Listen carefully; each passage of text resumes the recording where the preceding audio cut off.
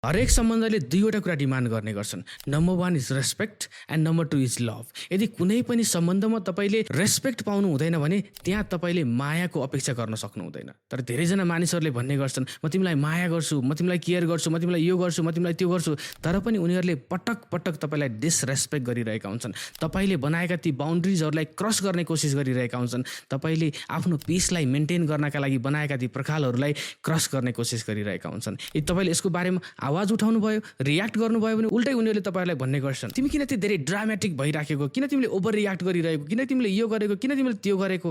उल्टै तपाईँलाई यो रियलाइज गराउन खोज्छन् कि के तपाईँले साँच्चीकै ओभर रियाक्ट गरेको पो हो कि। तर यदि तपाईँ कसैलाई माया गर्नुहुन्छ भने त तपाईँले त्यो मानिसको उसलाई के मनपर्छ के मन पर्दैन भन्ने कुराको पनि त सम्मान गर्न सक्नुपर्छ नि। उसको बााउन्ड्रिजको पनि सम्मान गर्न सक्नुपर्छ।